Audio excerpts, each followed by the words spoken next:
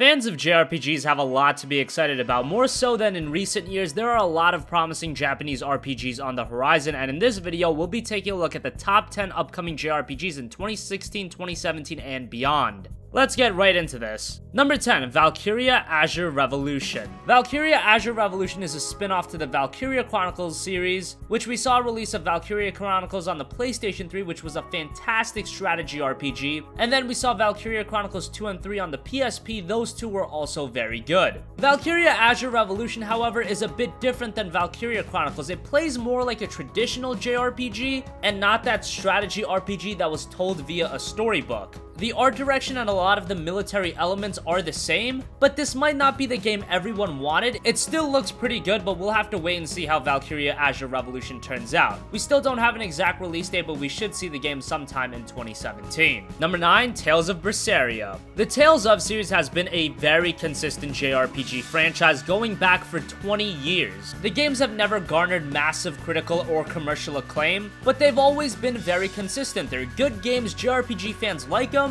but they've never really been these AAA blow-away experiences. Tales of Berseria will feature the first female protagonist, and thematically it is a bit different than recent Tales of games. Expect the core gameplay to be very similar to previous games, as is the case with the Tales of series. The game is expected to release sometime in 2017 on the PS4 and PC. Number 8, Final Fantasy XII: The Zodiac Age. Final Fantasy XII is not the most popular Final Fantasy game. This one had a lot of gamers divided. Some people loved it, other people not so much. I personally loved it. The game had great MMO-style combat, the quickenings looked awesome, and the summonings were great. The story was a bit inconsistent. The main character, Vaughn, isn't really the main character. You just see the story from his point of view, but he was largely inconsequential to the entire story. With this version, you're gonna be getting the typical HD upgrades, a new Zodiac job system with improved leveling that caters towards the player's preference, which will be very interesting to see because the leveling is something a lot of people complained about with FF12. Final Fantasy XII: The Zodiac Age comes to the PS4 sometime in 2017.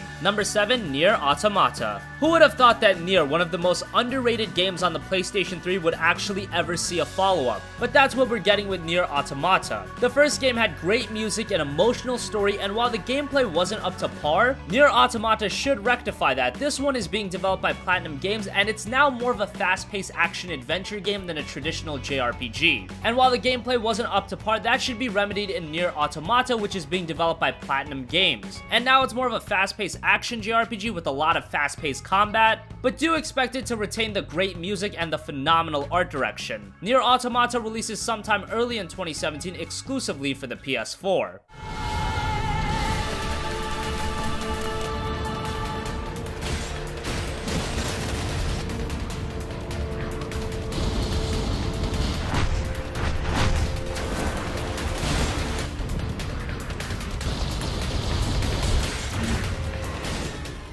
Number 6, Nioh. Nioh is a game that's been in development for a long time. It was originally announced back in 2004 and it went MIA until Tokyo Game Show of 2015, where it was re-revealed as a PS4 exclusive. The game takes place during the Warring States period of Japan in the 1600s. You play as William, a samurai, and when you look at Nioh, you're gonna notice that there's a lot of similarities to something like Dark Souls. From the gameplay to the art direction, you can pick up a Dark Souls influence. We haven't seen many samurai-focused games in recent years, and Nioh has a lot of potential. It releases later this year on the PS4.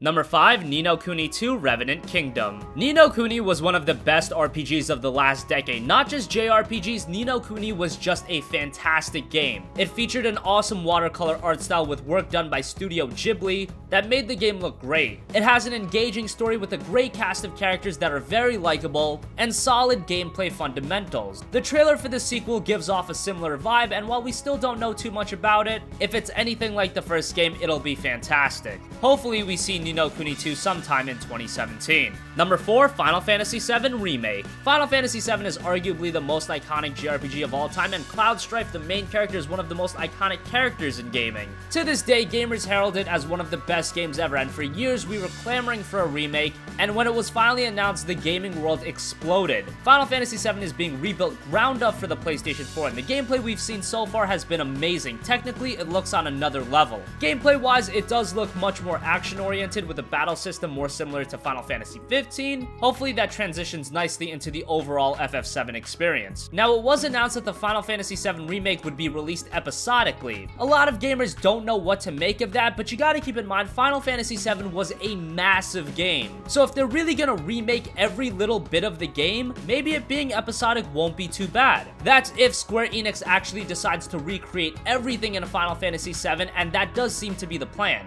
It also does seem like Square isn't shying away from adding in new content, which as long as it doesn't hurt the overall game shouldn't be a problem. We probably won't see the FF7 remake for a while, late 2017 at the earliest, but 2018 is more likely. It'll be coming to the PS4 first and likely to other platforms after that. Number 3, Persona 5. Persona has always been a more niche series, but the people that play it love it. For those that don't know, Persona is a mishmash of genres. On one hand, it's a very well-made dungeon-crawling JRPG, but in the game, you play as a transfer high school student, and you'll live through his day-to-day life, go to class, join clubs, etc. It adds another dynamic to the game that keeps it very fresh and makes it stand out compared to all of the other JRPGs on the market. Yes, to the naked eye, it might sound a little dumb, but I'm telling you, the combination works very well. And it seems like with Persona 5, there's been more hype than any of the previous Persona games. And judging by the gameplay we've seen thus far, it looks really good. This is the first Persona game in 8 years, so it's nice to see the series get a much-needed graphical upgrade. Persona 5 also looks more dark in theme compared to previous Persona games, and there looks to be a lot of potential with the story of the game. The release is not too far off. Persona 5 comes February 14th for PS4 and PS3.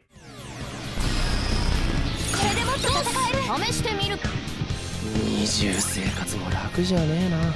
でかい口はもっと大物をやって。 Number 2, Kingdom Hearts 3. Finally, we are getting Kingdom Hearts 3. It's been over a decade since Kingdom Hearts 2 was released, and while we've gotten a few spin-off games and some other games that did progress the story, we haven't gotten Kingdom Hearts 3, but that will soon change. Kingdom Hearts 3 was announced back in E3 of 2013, and we're still waiting, but development on the game seems to be progressing nicely. The gameplay we've seen thus far has looked outstanding, and just like Persona 5, it's time that Kingdom Hearts made its way onto the next generation platforms. Hopefully the story will be on point, which Kingdom Hearts has generally done a good job with. We still don't have an exact release date, but sometime in 2017 makes sense.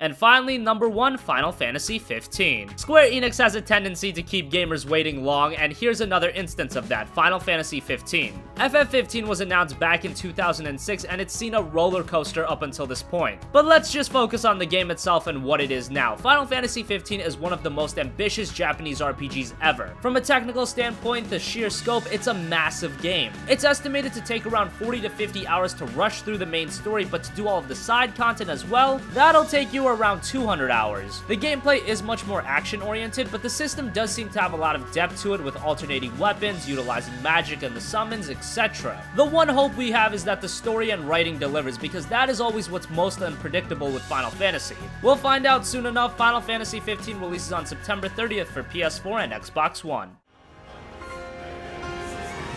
But now, we are broken. Filled by the lies of our enemies. My son. So that wraps up our countdown of the top 10 upcoming JRPGs in 2016, 2017, and beyond. What do you think? Which Japanese RPGs are you the most excited for? Did we forget to mention a game? Let us know in the comment section down below. Thank you for watching, and goodbye.